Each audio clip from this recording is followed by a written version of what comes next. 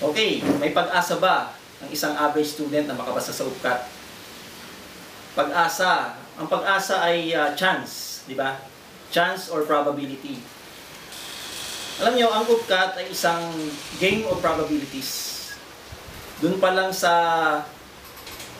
type ng test, ang UPCAT, siya ay purely multiple choice.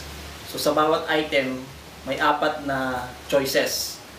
So kung manghuhula ka lang sa isang item, ang chance mo na tumama or ang probability mo na tumama ay 25% or 1 out of 4. Ngayon, sa pagpasa naman sa UPCAT, ang pinagbabasehan ay yung tinatawag nating UPG or University Predicted Grade. Kung saan 40% ay manggagaling doon sa high school grades mo. 40% yon mula first year hanggang third year. At wala ka nang magagawa doon, di ba? Kasi tapos na yon, magpo-fourth year ka na ngayon. So first year to third year, gawa na yung grades mo. Pero ano yung 60%?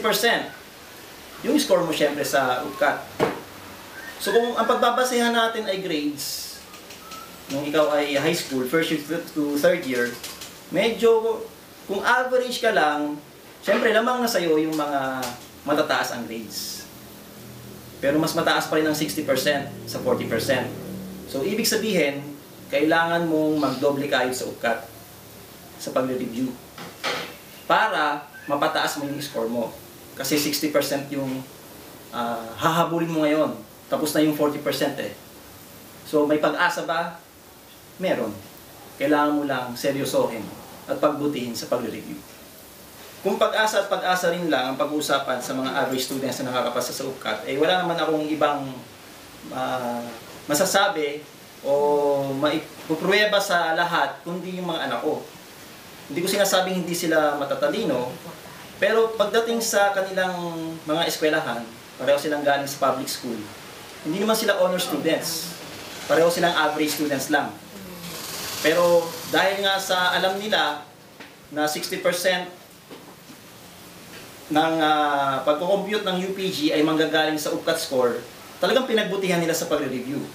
So, hindi ganong kataas ang average nila ng high school, pero dahil nga sa kanilang perseverance, nakapasa sila eventually.